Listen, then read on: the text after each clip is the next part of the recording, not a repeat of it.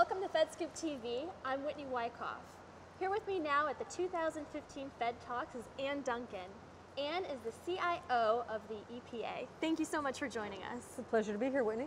Now, you told me recently that you love FITARA, and that's probably not something you hear from a lot of CIOs in government. Can you talk about why and how is EPA evolving in the midst of that change? So I think my colleagues have mixed feelings about FITARA, or a variety of feelings about FITARA. Sure. Right? Some of my colleagues think it's good, and some of them would probably rather they didn't have to deal with it. I love it because it's an opportunity to create new conversations with our organization. That we can go out and talk to program offices where in the past we really didn't have that door open to us, and we can help them understand how they can be more successful. And then it's also the opportunity to bring digital services into the mix, right? And to say, we want you to do something differently, and here's how. Instead of just saying, I don't like what you're doing, here's how to do something better. Interesting. Now, you recently launched your e-enterprise portal. Can you talk about what that is and how it will help EPA with its mission? So the e-enterprise portal in its current incarnation is a tool that allows us to work with our co-regulators, which are the states and tribes, with the regulated community, and then also it will provide resources for the general public as well. And it's going to be, over time, a one-stop shop for environmental information. And the idea is it's part of transforming 21st century environmental protection.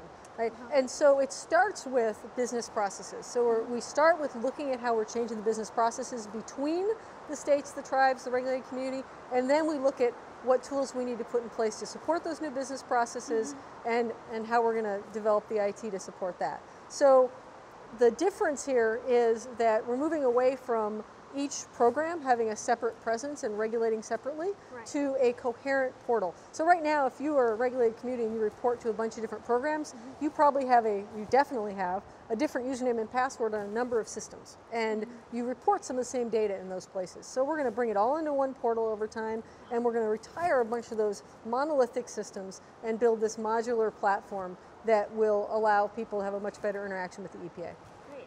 Now, EPA has made great strides in digital services, like you referenced earlier. What have your biggest achievements been so far, and anything we should be keeping our ear out for? So far, I think people have heard a lot about the big projects that are working well. So eManifest has been a great example of how we've really just driven that project forward at light speed from where it was struggling to get traction. And eEnterprise, which we just talked about, is a great example of a project where we started in, I think, May or June, and October 1st we unveiled the MVP of that, the minimum viable product of that. So that's absolutely huge. I think going forward, what you can look for is the Innovation Fellowship was just finalized, which is going to allow us to bring in great talent from the private sector on 2 to 4 year internships or 2 to 4 year residencies.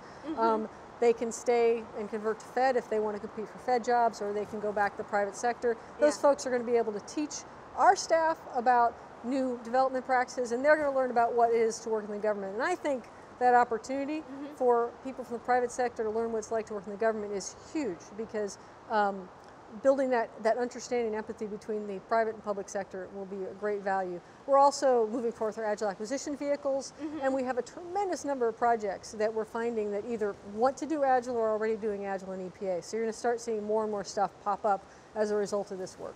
Now, your agency has been conducting 2 cloud pilots. Can you talk about the status of those? So the cloud pilots, again, right now the cloud pilots are hosted at cloud.gov, and we're using the Cloud Foundry platform, which is platform as a service, and we're sort of testing that out with eManifest and eEnterprise. So those 2 projects are showing up again on the list. But there's other stuff going on with the cloud that we're doing as well. We're testing CDX, which is one of our shared services that we use to exchange data with the states, tribes, and regulated community. We're doing a hybrid cloud for that, and we're using our National Computing Center along with the Azure cloud to do that hybrid cloud. And then we're setting up the National Computing Center as our cloud services broker. So that is early on, and that pilot is going to help with that.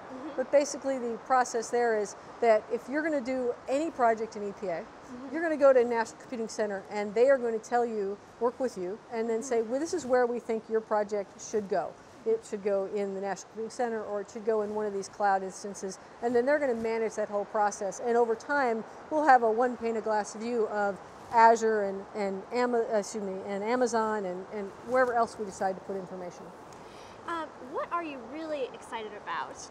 Name 3 things that you're really excited about for 2016. For 2016, first of all, we've been working on a reorganization almost as long as I've been in EPA, and that's going to finalize, assuming it's approved. Yeah. That'll finalize in early 2016. So I'm very, very excited about that. I'm also excited about the incredible traction we're getting with digital services in the agency. There's just so much going on, and most importantly, I'm excited about the change I'm seeing in our staff in EPA. Right, the EPA IT shop, Office of Environmental Information. When I got there, it was a little beat up. Right, there'd been some hard times with some internal projects and support. And this year we've delivered a tremendous amount of stuff to the agency.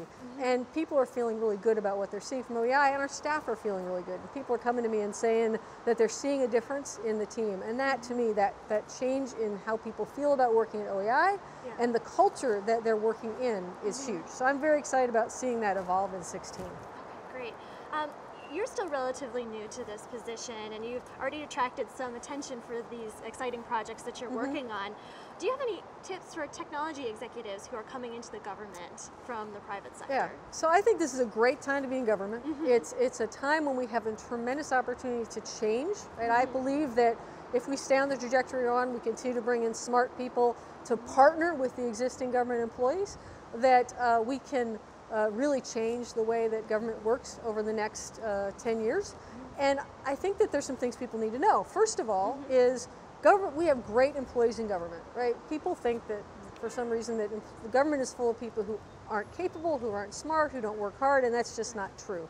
We have, particularly EPA, which has such a great mission, we have people who are there because they care passionately about the mission. They could have gone somewhere and made lots of money. They decided to work for the government because they care.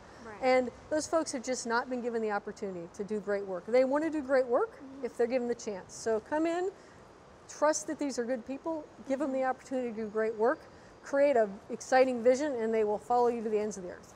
Great. Well, you've given us some great things to think about, Ann. Thanks so much for taking the time to join us. Thank you, Whitney. For more information about Fed Talks 2015, visit our website at fedscoop.com. For FedScoop TV, I'm Whitney Wyckoff. Thanks for watching.